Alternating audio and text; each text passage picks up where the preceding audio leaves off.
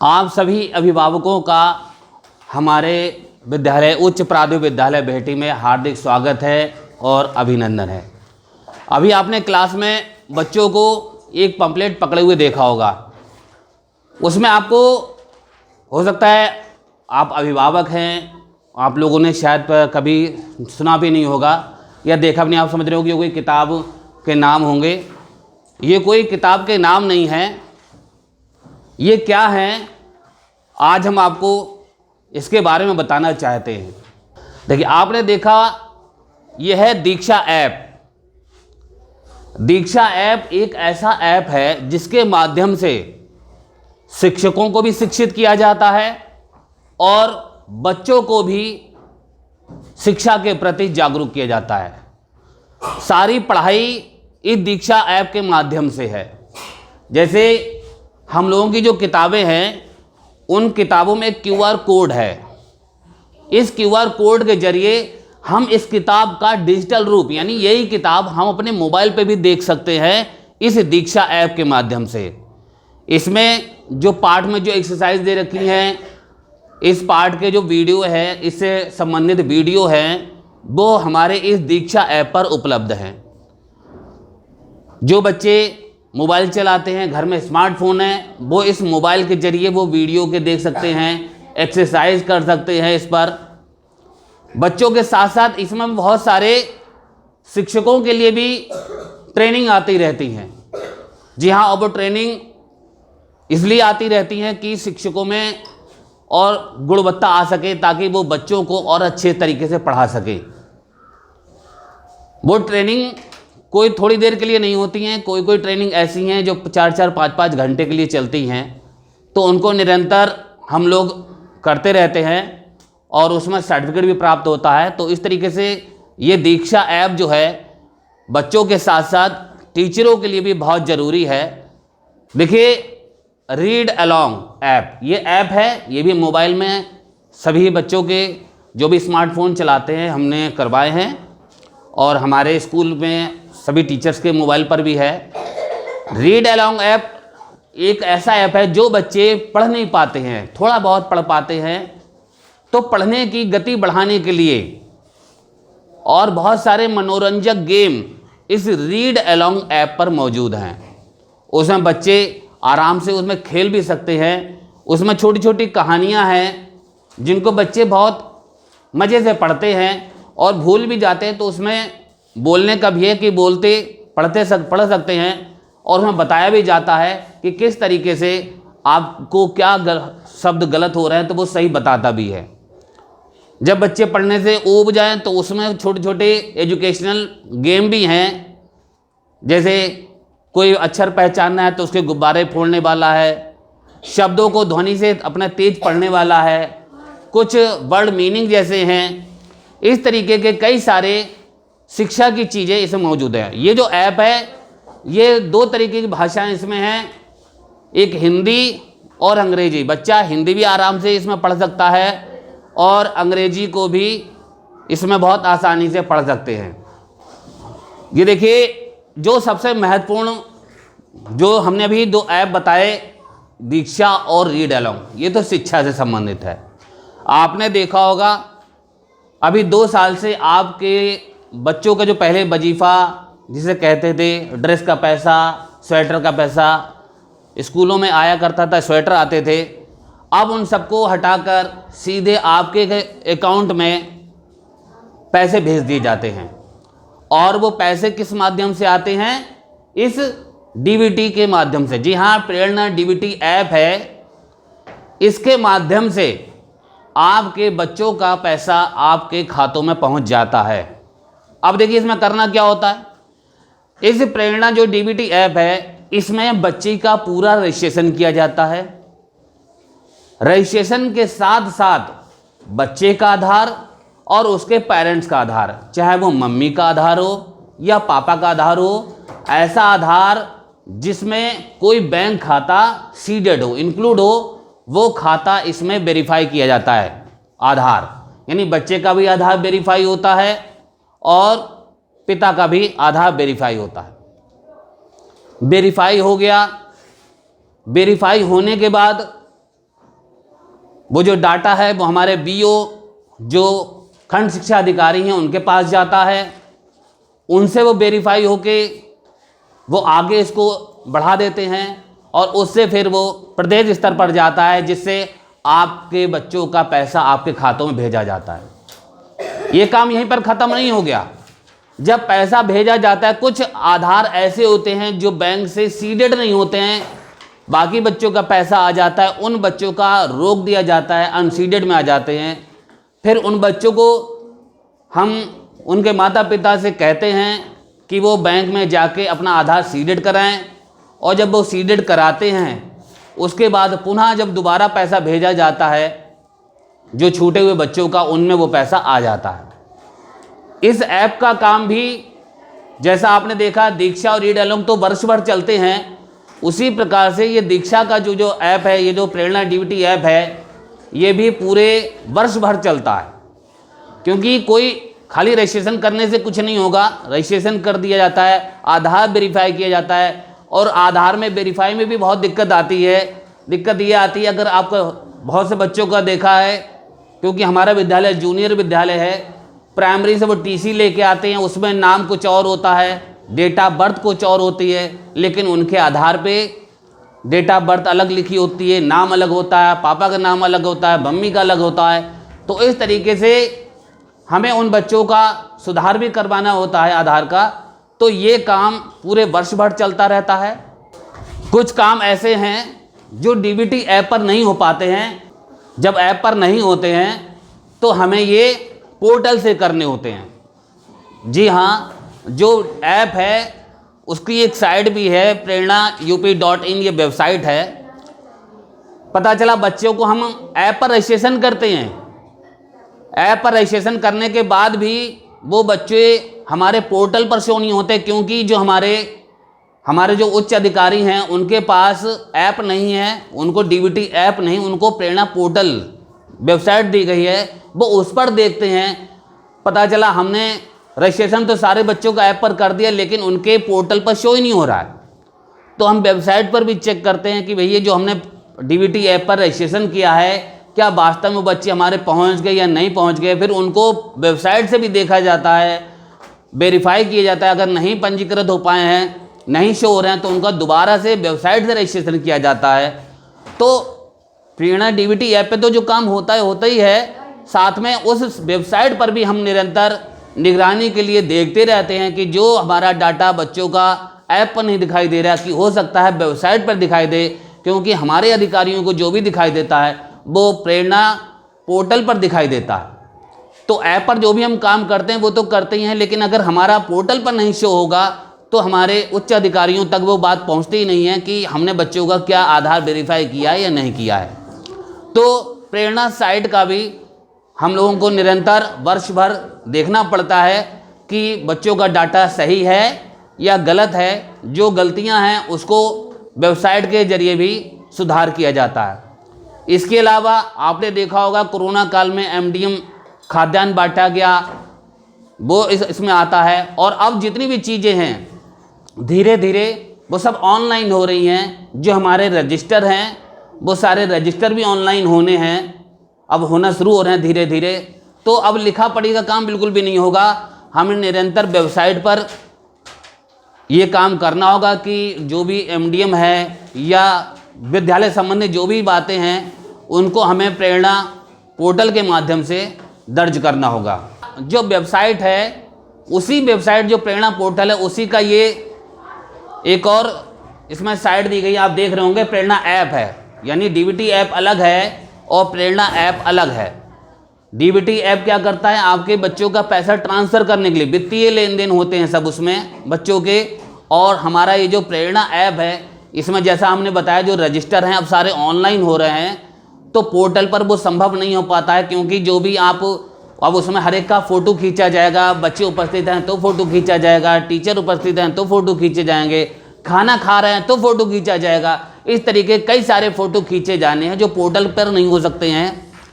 Mobile में वो app दिया गया और अब उस ऐप के ज़रिए हमें वो सारी गतिविधियाँ अपनी ऑनलाइन फ़ोटो सहित डालनी होंगी, और वो काम सारा करेगा ये हमारा प्रेरणा ऐप। फिर देखिए, एक ये बहुत ही महत्वपूर्ण ऐप है प्रेरणा लक्ष्य ऐप।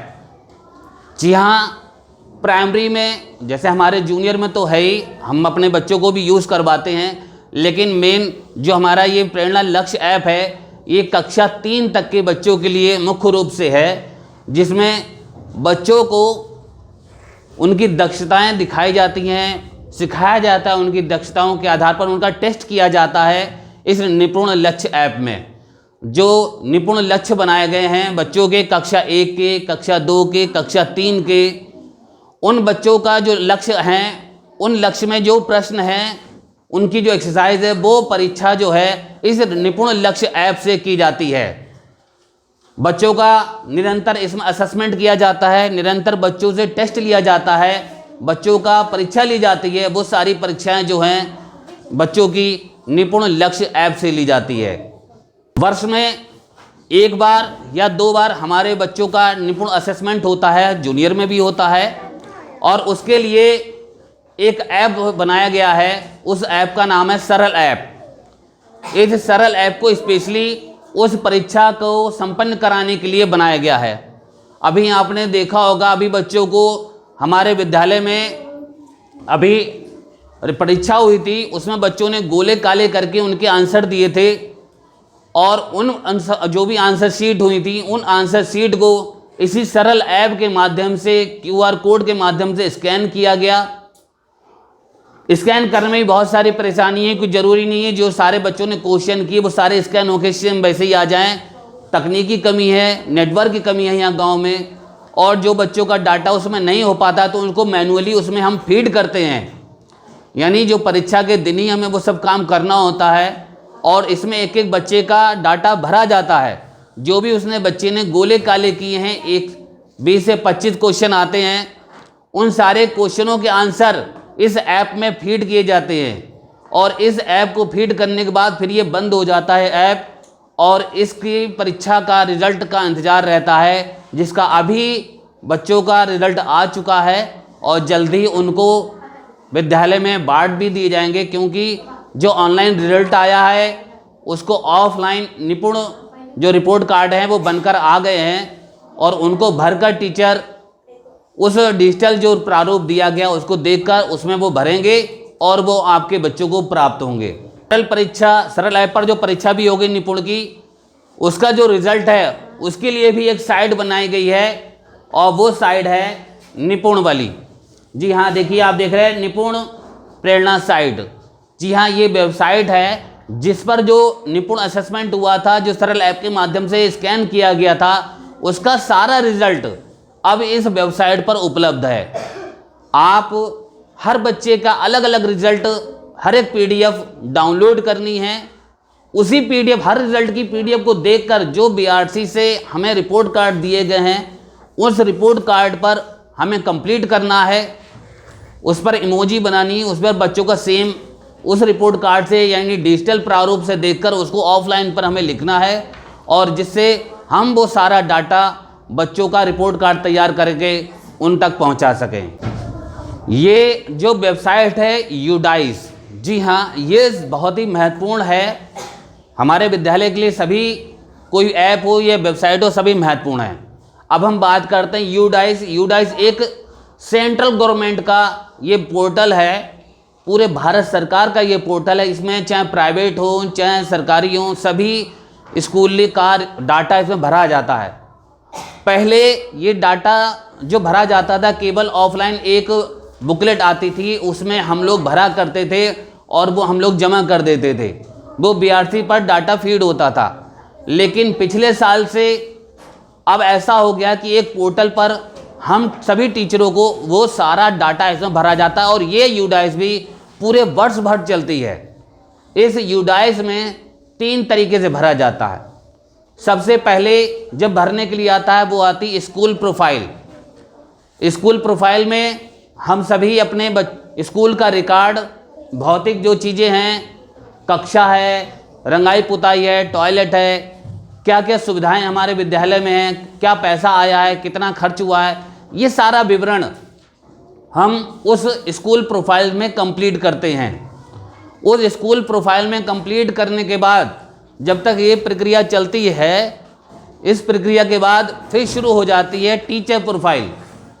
इस टीचर प्रोफाइल में टीचर का एक एक डाटा कंप्लीट किया जाता है कि उसकी जनरल प्रोफाइल क्या है, उसकी एजुकेशनल डिटेल क्या है, और उसका विद्यालय में पढ़ाने का क्या है, कि वो कौन सा विषय पढ़ाता है, किस विषय को में वो निपुण है, किस विषय में वो दक्ष है। इन सब चीज़ें उसमें भरी जाती हैं और साथ ही साथ उसमें उस शिक्षक का आधार भी वेरीफाई किया जाता है, जैसे बच्चों का डीबीटी पे किया जाता है। इस पर भी अगर आधार वेरीफाई नहीं है तो इसको वेरीफाई किया जाता है। फिर टीचर की प्रोफाइल के बाद सबसे बड़ा काम होता है इसमें बच्चों का। पहले इस यूडाइस में बच्चों का डाटा नहीं भरा जाता था, केवल संख्या भर दी जाती थी कि इस विद्यालय में इस जाति अनुसार बच्चे हैं, इस कक्षा के बच्चे हैं, केवल ये भर जाता था। लेकिन अब इस यूडाइस में बच्चों का पूरा प्रोफाइल कंप्लीट किया जाता है। जी हाँ, जैसा रजिस्ट्रेशन प्रेरणा डीबीटी ऐप पर, प्रेरणा पोर्टल पर किया जाता है, ठीक एक एक बच्चे का इसमें रिकॉर्ड भरा जाता है इस यूडाइस में। इस यूडाइस में भी 3 कंप्लीट की जाती हैं।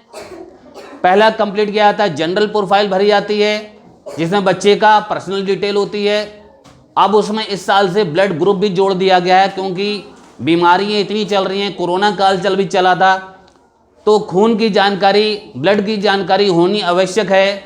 तो इसलिए वो पॉइंट इसमें इस बार बढ़ा दिया गया है। आप अपने बच्चों का भी ब्लड ग्रुप करा लीजिए, और अगर इस साल जिन बच्चों का नहीं जुड़ पाया तो अगले साल उन बच्चों का ब्लड ग्रुप उसमें जुड़ जाएगा। साथ ही साथ इस बार उसमें बच्चों का हाइट और वेट का भी इंतजाम है, उसको भी भरा गया है, जिससे बच्चों का स्वास्थ्य भी पता चलता रहे कि उसका स्वास्थ्य किस तरीके का है, वो उसमें ग्रोथ हो रही कि नहीं हो रही है। साथ ही साथ अब की इस यूडाइस में एक बच्चों का पैन नंबर भी जारी किया गया है। जी हाँ, आपने अभी तक बड़े लोगों का सुना होगा पैन नंबर, जिसका मतलब होता था परमानेंट अकाउंट नंबर, जिसमें व्यक्ति के खातों का वित्तीय लेन देन सारी जानकारी उस पैन नंबर पर उपलब्ध रहती थी। लेकिन अब बच्चों के लिए भी पैन नंबर जारी हुआ है, PEN यानी परमानेंट एजुकेशन नंबर। बच्चा इस नंबर के माध्यम से अपनी पूरी डिटेल शिक्षा की देख सकता है, वो स्कूल में कब पढ़ा, कब तक पढ़ा, ये सारी डिटेल, उसने कौन से स्कूल से कहाँ से शिक्षा प्राप्त की है, वो सारा डिटेल उस ऐप पर, उस पोर्टल पर आपको मिल जाएगा। आप बच्चे का पैन नंबर डालेंगे और बच्चे की सारी डिटेल आपके सामने आ जाएगी कि बच्चा क्या कर रहा है, किस स्कूल में पढ़ रहा है। तो इस तरीके से वो सारी डिटेल कंप्लीट करनी होती है। उसमें भी बच्चे का आधार वेरीफाई किया जाता है, और आधार वेरीफाई नहीं हो उसमें जो कमियां होती हैं उसको सुधार करवाया जाता है। ये काम भी इस वेबसाइट पर सबसे बड़ा काम चलता है। बहुत सारे हमारे अभिभावक ऐसे हैं जो बच्चों का 2-2, 3-3 जगह नाम लिखा देते हैं, लेकिन अब यूडाइस में क्योंकि आधार वेरीफाई होता है, वो तुरंत बता देता है कि आपका बच्चा, आपके बच्चे का नाम उस जगह पर इस स्कूल में चल रहा है। तो अभी ऐसा बिल्कुल भी ना करें कि आप एक जगह के अलावा बच्चों का कई जगह भी नाम लिखाएं। अगर आप ऐसा करेंगे तो आपको तो तकलीफ होगी, टीचर को भी तकलीफ होती है कि उसका डाटा जो स्कूल में बच्चों में पढ़ रहा होता है उसका वेरीफाई वहाँ नहीं हो पाता है, और उसे वो समाधान करना होता है। साथ ही साथ बच्चे को आपको निरंतर पढ़ाए रखना है। जी हाँ, अगर आप नहीं पढ़ाते हैं तो भी सरदर्द रहता है कि बच्चा आप क्यों नहीं पढ़ा रहे। वो एक ड्रॉप बॉक्स होता है, जैसे हमारे जूनियर स्कूल में बहुत से माता पिता ऐसे हैं जो कक्षा 8 पास बच्चों को करा देते हैं, उसके बाद बच्चों को पढ़ाते ही नहीं हैं, और वो बच्चों की पढ़ाई वहीं ड्रॉप आउट में दिखाई देती रहती है कक्षा 8 में। तो इसलिए मेरा निवेदन है आप सभी लोगों से कि अपने बच्चों को आगे भी पढ़ाएं, ये नहीं कि कक्षा 8 पे ही आप अपने बच्चों की पढ़ाई रोक दें। तो ये पैन नंबर बच्चों को बता दिया गया है, उस पैन नंबर को अपने पास सुरक्षित रख लें। हो सकता है भविष्य में उस पैन नंबर का कोई कार्ड भी जनरेट हो जाए, जिससे बच्चों को वो, जैसे हर व्यक्ति के लिए पैन कार्ड मौजूद है, वैसे ही बच्चों के लिए एक पैन नंबर भी, कार्ड का भी इंतजाम हो जाए। ये भविष्य की बात है, अगर ऐसा होता है तो बहुत अच्छी बात है, और बच्चों को वो कार्ड भी दिए जाएंगे अगर आते हैं तो। समर्थ ऐप है, कुछ हमारे विद्यालय में और सभी विद्यालयों में, कुछ विद्यालयों में हमारे दिव्यांग बच्चे भी मौजूद होते हैं। उसके लिए एक अलग प्लेटफॉर्म तैयार किया गया है, वो है समर्थ ऐप के जरिए। जी हाँ, ये जो समर्थ ऐप है, इस समर्थ ऐप में उन दिव्यांग बच्चों की अलग डिटेल भरी जाती है, अलग रजिस्ट्रेशन किया जाता है। उसमें उन बच्चों की अलग अलग जो है वो भरी जाती है, डाटा भरा जाता है, उनको क्या सुविधा दी जा रही है वो सब भरा जाता है। और उसी समर्थ ऐप पर उन बच्चों की अटेंडेंस भी जाती है। उन बच्चों की अटेंडेंस लगातार जा रही है। उनकी अटेंडेंस हम लोग विद्यालय में तो लेते ही हैं, साथ ही साथ इस ऑनलाइन में भी प्लेटफॉर्म पे जा रही है उनकी अटेंडेंस। देखिए शारदा ऐप, जी हाँ, ये शारदा ऐप उन बच्चों के लिए है जो बच्चे पढ़ाई छोड़ देते हैं, आउट ऑफ स्कूल में होते हैं, यानी कहीं छोड़ के चले गए हैं पढ़ाई को और वो दिखाई देते हैं। उन बच्चों को इस शारदा ऐप पर शो किया जाता है कि वो बच्चों की पढ़ाई वो कहीं पंजीकृत हुए हैं कि नहीं हुए हैं।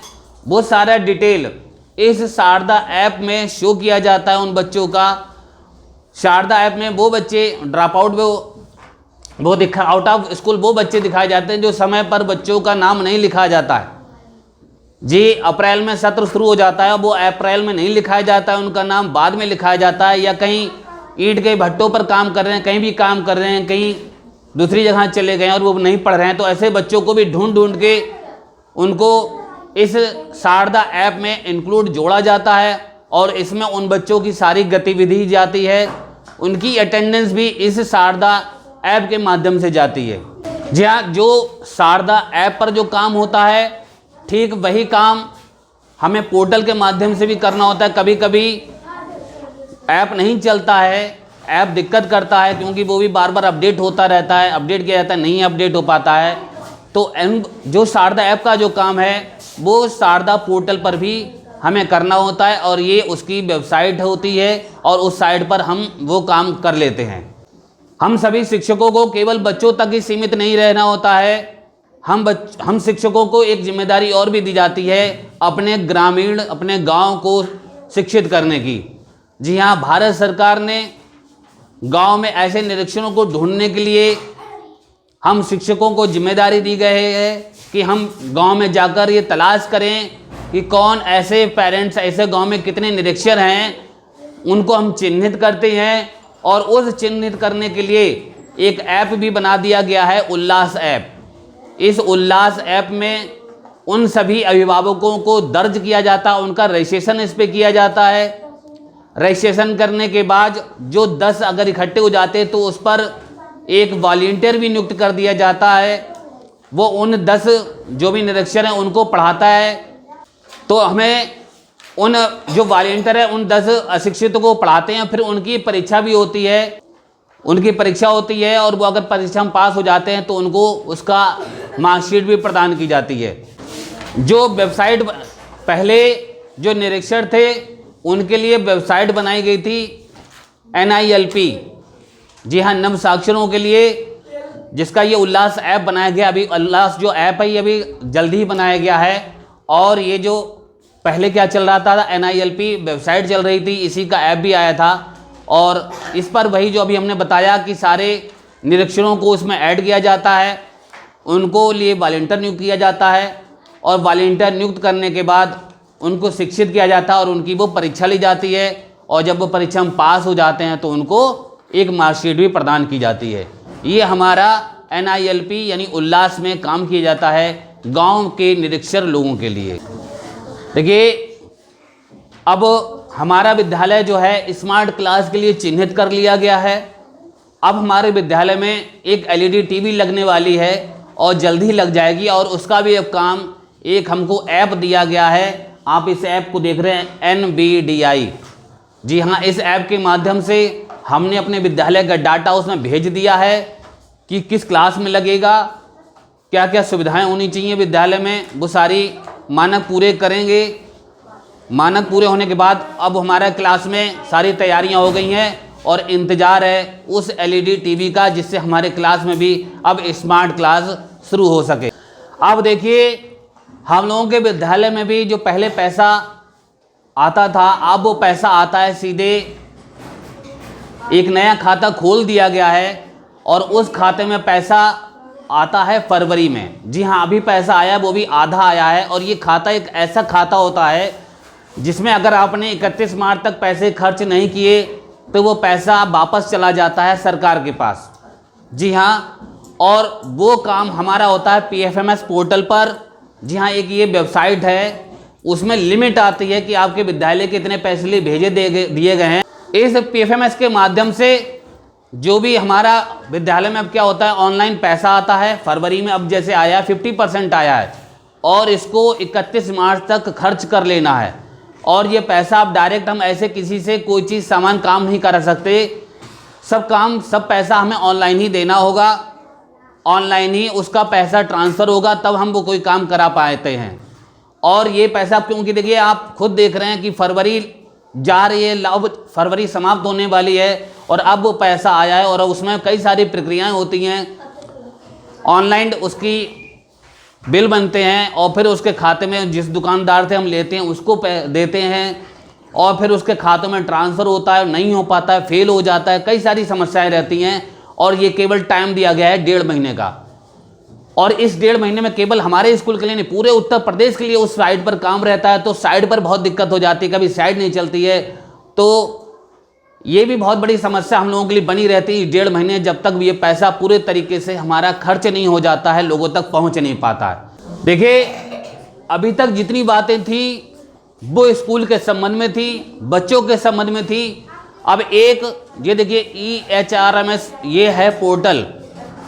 जी, हम शिक्षकों का जो भी विवरण है वो सारा विवरण इसमें भरा जाता है। जो भी हमें अगर कोई छुट्टी भी लेनी है, जो हमारी सैलरी आती है, वो सारी चीज़ें इस पर शो होती हैं। देखिए, जो वेबसाइट है उसी के लिए एक ऐप भी बनाया दिया गया है, M स्थापना ऐप है।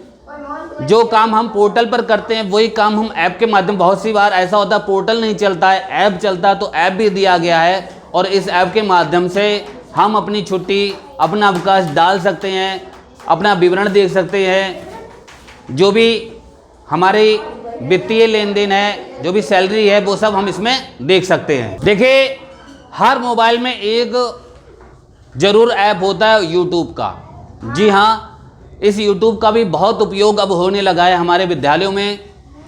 हमारे विद्यालय में कोई भी कहीं पर भी सीधा प्रसार, कोई भी इवेंट होता है, चाहे वो परीक्षा पे चर्चा हो या अभी चंद्रयान आया था, या बहुत सारे हमारे यूट्यूब सेशन होते हैं, कई सारी जो ऑनलाइन काम होते हैं उनको सिखाया जाता है। और वो सिखाया किसके माध्यम से जाता है? यूट्यूब के माध्यम से।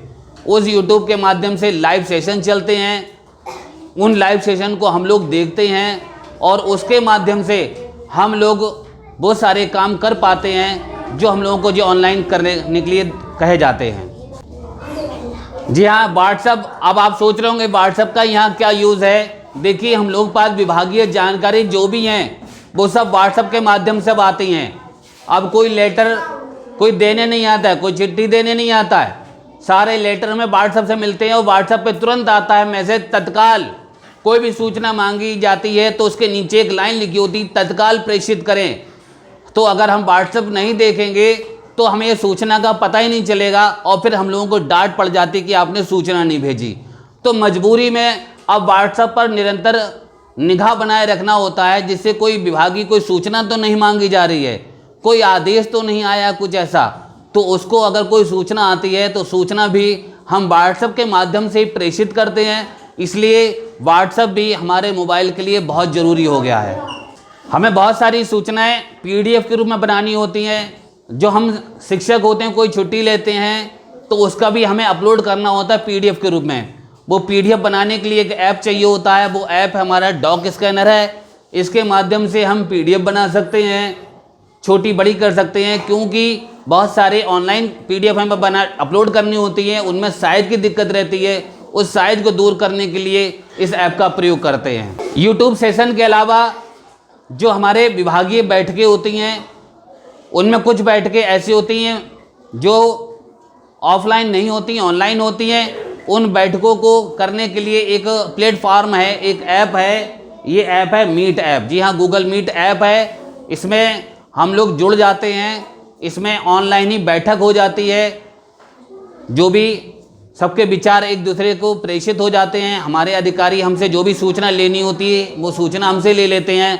जो भी हमें तक संदेश पहुंचाना होता है वो संदेश गूगल मीट के माध्यम से हम तक पहुंचा देते हैं। जिस प्रकार से गूगल मीट ऐप है उसी ठीक सेम काम हमारा जूम ऐप है, क्योंकि ये भी अपलोड करना, कोई कहीं जो मीटिंग होती है वो गूगल मीट से नहीं होती, जूम ऐप से होती हैं। तो इस जूम ऐप का भी मोबाइल में होना बहुत ज़रूरी है, इसलिए हम इस ऐप का भी यूज़ करते हैं। आपने देखा इतने सारे ऐप और पोर्टल हम लोगों को दिए गए हैं, उनको संचालन पूरे वर्ष भर होता ही रहता है। कुछ ऐप बीच बीच में भी आ जाते हैं, जैसे एक अभी आया था एनसीएफ सर्वे का।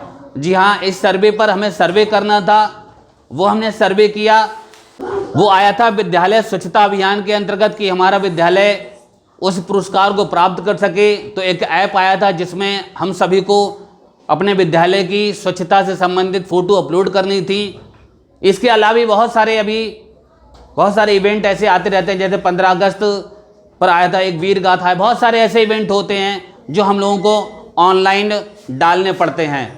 तो आपने देखा हम लोगों के पास ऑनलाइन के लिए कितना सारा काम है, हम लोग निरंतर उस मोबाइल के साथ लगे रहते हैं। आपने खुद देखा कि कितना सारे ऐप और पोर्टल हम शिक्षकों को दिए गए हैं।